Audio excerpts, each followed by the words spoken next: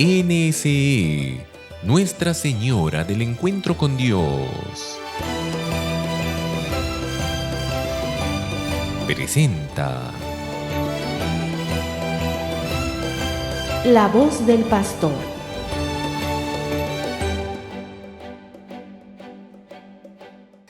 Queridos hermanos y hermanas, nuevamente juntos en La Voz del Pastor, con nuestro Catecismo de la Iglesia Católica, estudiando y reflexionando juntos sobre el sacramento del orden, que como decíamos, junto con el sacramento del matrimonio, se denominan los sacramentos de servicio a la comunidad, servicio a la comunidad. Y recapitulando, veíamos cómo en todas las religiones ha habido, hablamos de religiones precristianas, ha habido siempre esta intuición del hombre de necesitar, digamos así, un sacerdote, un intermediario entre él y Dios. Las religiones antiguas ya tenían sacerdotes y no pocas religiones, incluso sacerdotisas. Pero es en el pueblo de Israel donde Dios se revela, se comienza a revelar ya con mayor transparencia, y es en el pueblo de Israel donde encontramos, de un modo más cercano a nosotros, los cristianos o los católicos, cómo Dios mismo es el que instituye el sacerdocio. El sacerdocio que Dios instituye en Aarón y el que después instituirá en la tribu de Leví cuando el pueblo de Israel entra en la tierra prometida. Pero decíamos también que este sacerdocio, que es un sacerdocio, si bien instituido por Dios, realizado exclusivamente por el hombre, no era capaz de transformar el ser profundo del hombre. Es decir, un sacerdocio que ofrecía sacrificios, pero sacrificios que sí, que Dios acogía y que a cambio perdonaba al hombre los pecados, pero este sacerdocio no tenía la capacidad de transformar lo profundo del ser del hombre y sacarlo, liberarlo de la esclavitud del pecado y iniciar en él, o hasta llevar a cabo en él su propia divinización. En este sentido, entonces, todo el sacerdocio del Antiguo Testamento fue una preparación para el sacerdocio cristiano. El sacerdocio cristiano que empieza con el mismo Jesucristo.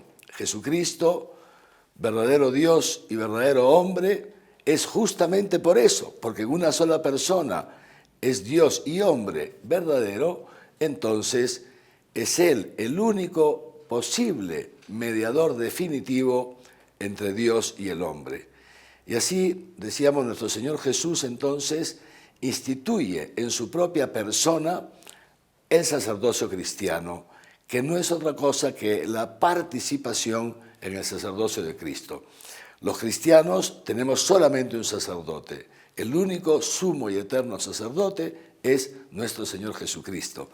Pero Él, en su infinita bondad, en su infinito amor y en toda la inteligencia divina que tiene, ha querido hacernos partícipes a nosotros, a todos los bautizados, hacernos partícipes de su sacerdocio. Esto es, decíamos, lo que se conoce como el sacerdocio común de los fieles. En este sacerdocio común de los fieles, estamos incluidos todos, es decir, cada uno de nosotros, los bautizados, independientemente que uno sea soltero, que sea casado, que sea obispo o sacerdote, todos participamos de este sacerdocio común. ¿Y cómo participamos? Dirá San Pablo, pues participamos uniéndonos a Cristo y en Cristo para ofrecernos a Dios Padre como víctima pura, santa e inmaculada en su presencia por el amor. Porque lo propio del sacerdocio cristiano, a diferencia de otro tipo de sacerdocios, digamos así, los sacerdocios de las religiones no cristianas, es que en esos otros sacerdocios, el sacerdote lo que ofrece a Dios,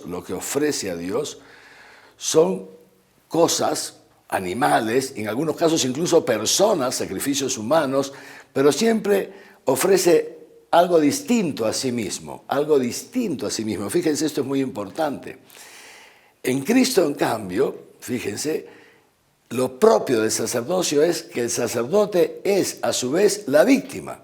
Jesús es el sacerdote y Él es la víctima. Él se ha ofrecido por nosotros en el altar de la cruz, se ha ofrecido por nosotros al Padre para el perdón de nuestros pecados y, sobre todo, para abrirnos las puertas del cielo para que podamos vivir con Él en esta comunión de amor por toda la eternidad.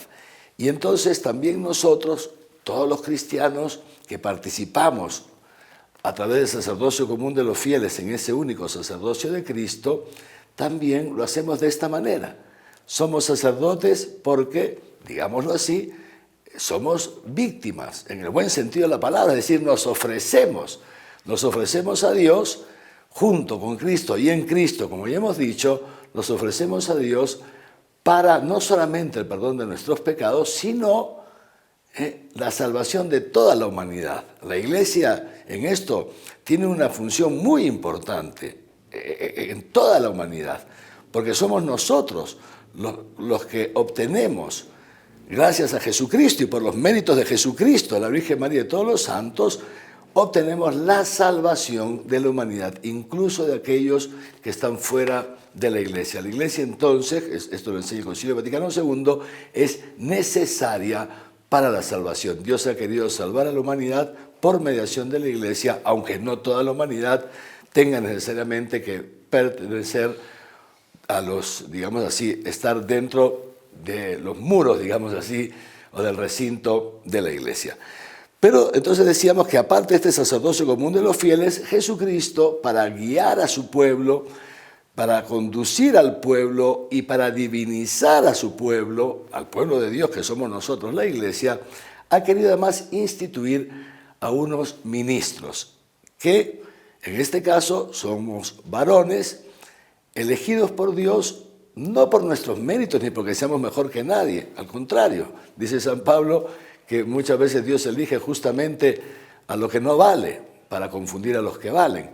Entonces, ¿pero para qué nos elige Dios? Para un servicio, para este servicio de hacer presente, en virtud del sacramento del orden, hacer presente en la Iglesia al mismo Jesucristo, que es, repito, nuestro pastor supremo.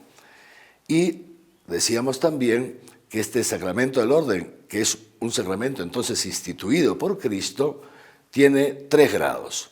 2 de ellos, que son participación en el sacerdocio ministerial de Cristo, que es el grado del obispo y el grado del presbítero, que, como ya les expliqué, el presbítero es el que nosotros comúnmente conocemos como sacerdote, ¿no? El párroco, el padrecito, ¿no? El término, digamos, preciso es presbítero. Son estos 2 grados, el obispo y el presbítero, y luego está un 3er grado que es el del diácono. El diácono que no es ordenado para el ministerio sacerdotal, sino para el servicio, la ayuda del obispo y del presbítero o sacerdote. Hablaremos ahora entonces de estos 3 grados. Nos vamos, por favor, juntos al número 1554 de nuestro catecismo. Ya este número presenta lo que les acabo de decir, ¿no? La doctrina católica, nos dice el catecismo, ha reconocido 2 grados de participación ministerial en el sacerdocio de Cristo, el episcopado y el presbiterado. Y luego sigue diciendo, también existe el diaconado, el diácono que es un grado de servicio. Y de esta manera, estos 3 grados entonces configuran el sacramento del orden. El número 1555 nos presenta ya lo que es el episcopado, es decir, el obispo. El obispo que, fíjense el título que pone, dice así, la ordenación episcopal, plenitud del sacramento del orden. Los obispos, nos dice el catecismo, somos los sucesores de los apóstoles. Fíjense ustedes qué cosa tan grande, tan bella, ¿no? Es decir, Jesucristo mismo, en el momento de fundar su iglesia, elige a 12. Estos 12 son los apóstoles. A ellos los prepara para la misión de fundar la iglesia y comenzar a extenderla. Estos 12 apóstoles, que son las 12 columnas de la iglesia, estas columnas sobre las que se sostiene la Iglesia, reciben de Jesús la plenitud del Espíritu Santo para que puedan realizar esta misión, repito, los orígenes del cristianismo. Y desde entonces los apóstoles fueron imponiendo las manos y fueron ordenando obispos como sus sucesores, es decir, desde Jesús, a través de los apóstoles, por lo que se llama la sucesión apostólica, nosotros de manera ininterrumpida, ya casi son 2000 años, de manera ininterrumpida, de generación en generación se ha ido transmitiendo el Espíritu Santo de Jesús a los apóstoles y de los apóstoles a los obispos, a los obispos, a los obispos, hasta llegar a los actuales obispos. Un obispo es ordenado por la imposición de las manos de otro obispo. Y en realidad en nuestra Iglesia Católica, para la ordenación episcopal, se pide en condiciones ordinarias mínimo que participen 3 obispos, que son los que imponen las manos al nuevo elegido como un signo de su incorporación al colegio episcopal, de lo cual hablaremos dentro de un momento.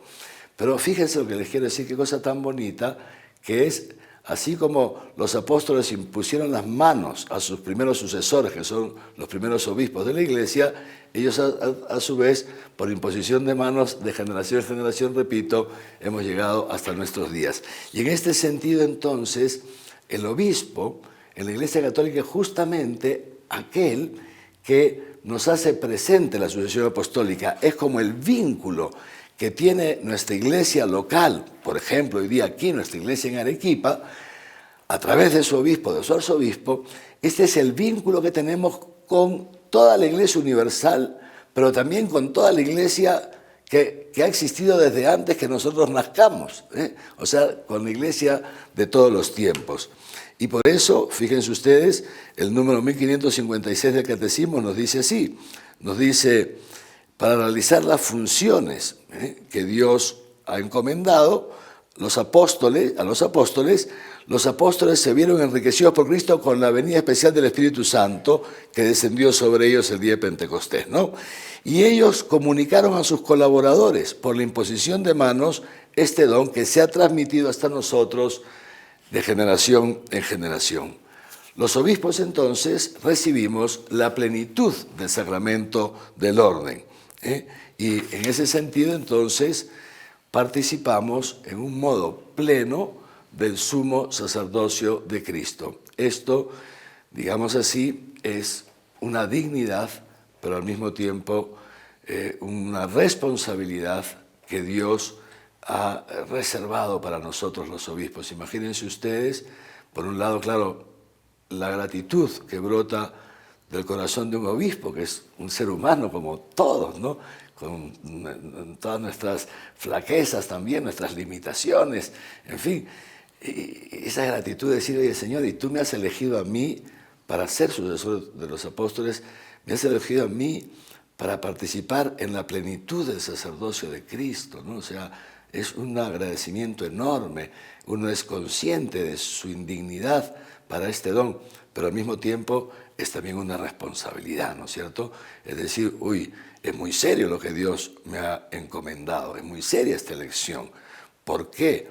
Porque si bien es un honor para mí ser obispo, pero al mismo tiempo es una responsabilidad, porque mi misión, la misión de un obispo, es custodiar la porción del rebaño de Dios que este mismo le encomienda. Nuestra diócesis de Arequipa, en este caso, otros obispos, cada uno en su propia diócesis. Continuamos después de una breve pausa.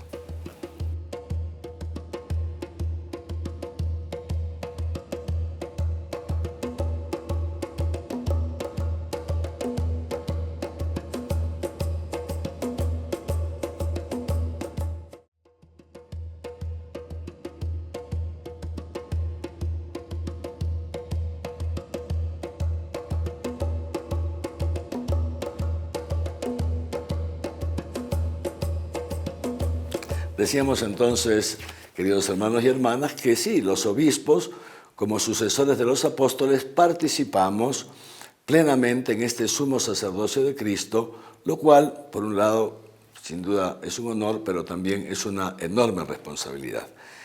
El Catecismo, en el número 1558, nos dice dos cosas que yo quisiera destacar. Primero, vamos hacia la mitad de ese número, hacia la mitad de ese párrafo. Dice así: los obispos, de manera eminente y visible, hacen las veces del mismo Cristo, maestro, pastor y sacerdote, y actúan en su nombre.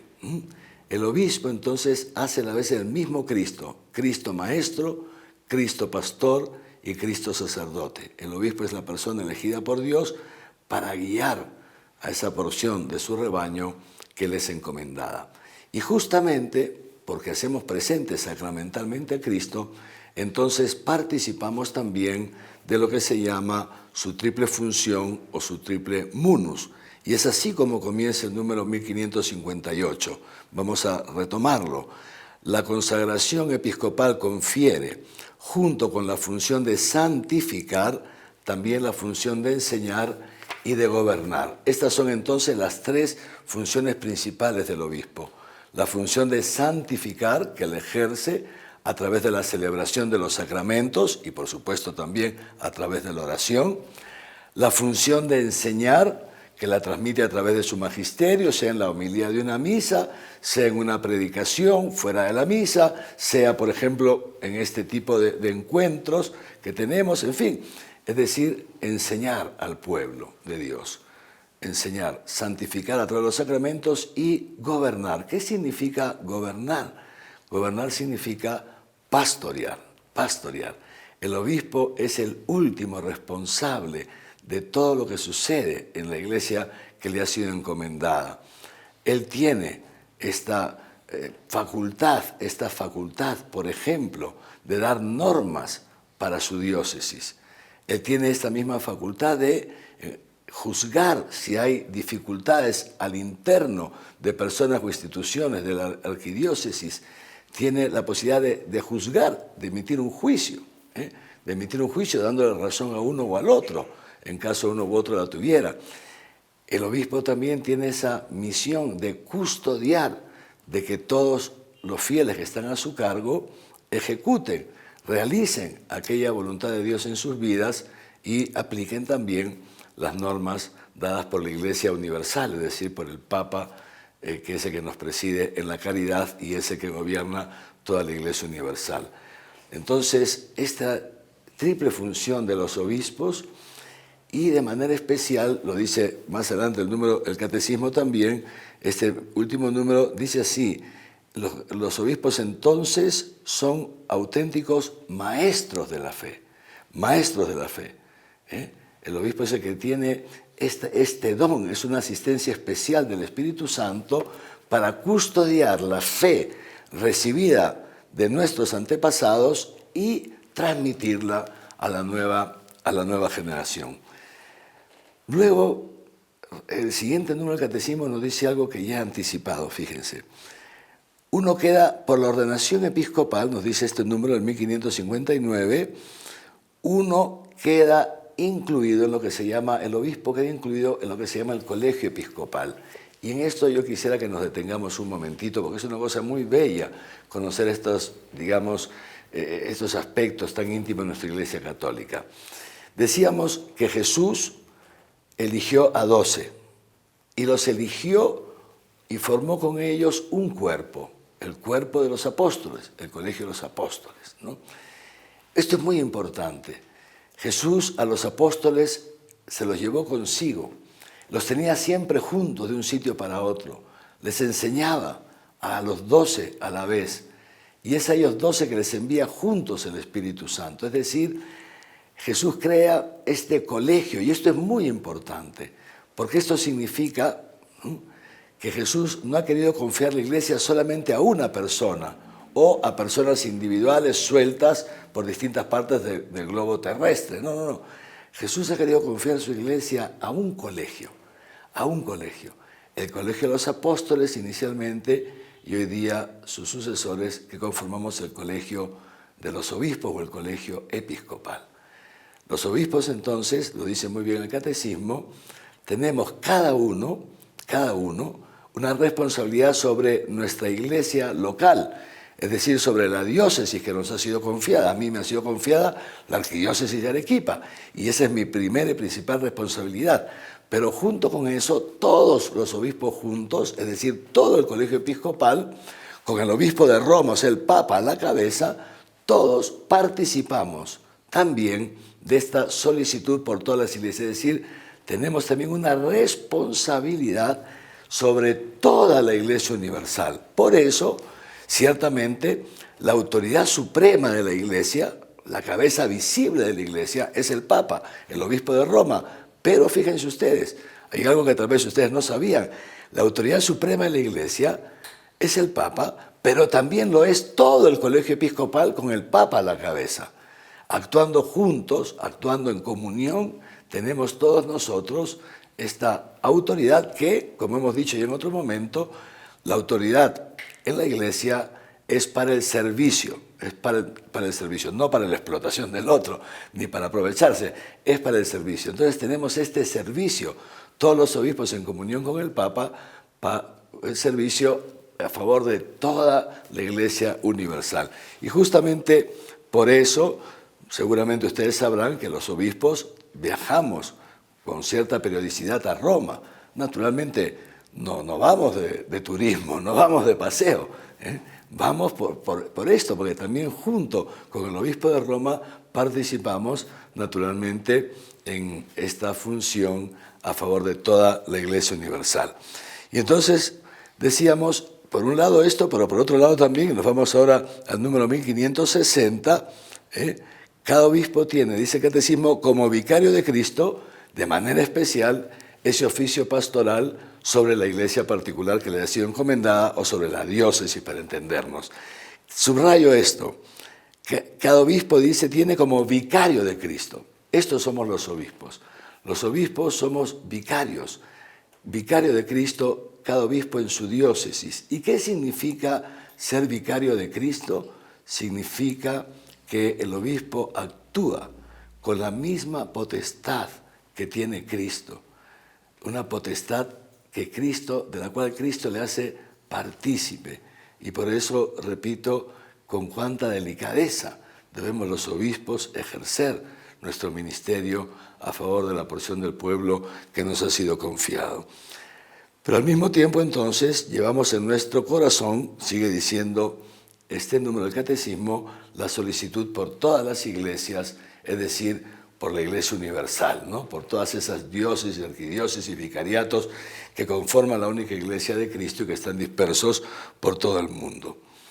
Y terminamos con esto, este número que quisiera detenerme también un momento, el número 1561. Dice así: todo lo que se ha dicho explica por qué la Eucaristía, la misa, celebrada por el obispo, tiene una significación muy especial como expresión de la Iglesia reunida en torno al altar bajo la presidencia de quien representa visiblemente a Cristo, buen pastor y cabeza de su Iglesia. Es decir, este número de Catecismo nos destaca esto, la importancia de participar en la misa presidida por el obispo. Porque justamente el obispo, como sumo sacerdote en su diócesis, es quien personifica de un modo más pleno a nuestro Señor Jesucristo, cabeza y pastor de su Iglesia. Y por eso, seguramente muchos de ustedes saben, a lo largo del año, el obispo naturalmente celebra, en mi caso, la misa en la catedral todos los domingos a las 11 de la mañana, y viene pues bastante gente.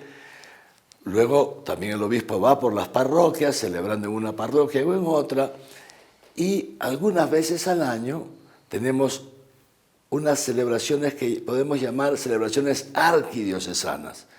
Vamos a pensar, por ejemplo, en la celebración del Corpus Christi, con la misa que celebramos en la Plaza de Armas, porque en la catedral no entramos, y que preside el obispo, que concelebran todos los sacerdotes y también van las religiosas y miles de fieles laicos. Pensemos en el Corpus Christi, pensemos en el Vía Crucis arquidiocesano, que lo celebramos, como ustedes saben, el viernes anterior a la Semana Santa, y en fin, y algunas otras celebraciones al año, que no son muchas, son algunas, que son las que el obispo preside y convoca, invita a todos los miembros de su diócesis a participar. Esto es muy importante. Es muy importante, por ejemplo, que cuando el obispo va a visitar la parroquia, sea porque hay confirmaciones o porque es la fiesta parroquial o por alguna otra razón, es muy importante participar en esa misa que preside el obispo. Y es importantísimo también participar en estas celebraciones de carácter diocesano. ¿Por qué?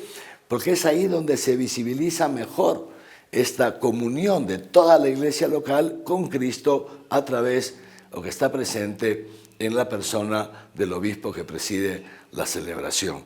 Por eso ya se habrán dado cuenta que yo los invito siempre a estas celebraciones y en consecuencia es muy importante que todos participemos.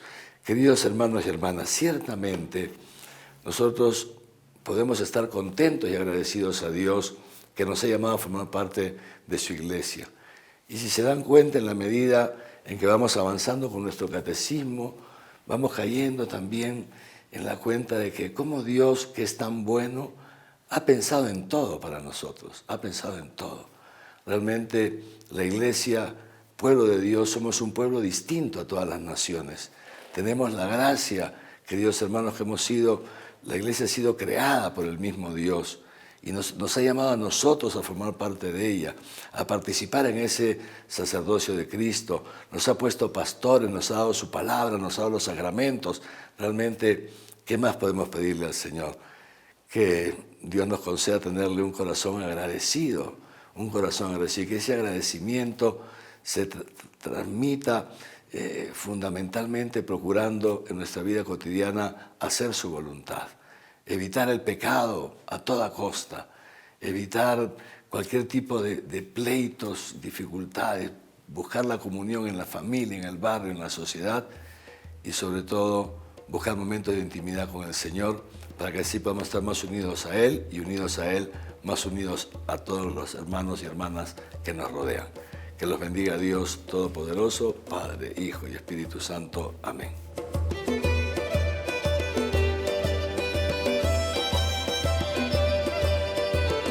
NSE, Nuestra Señora del Encuentro con Dios,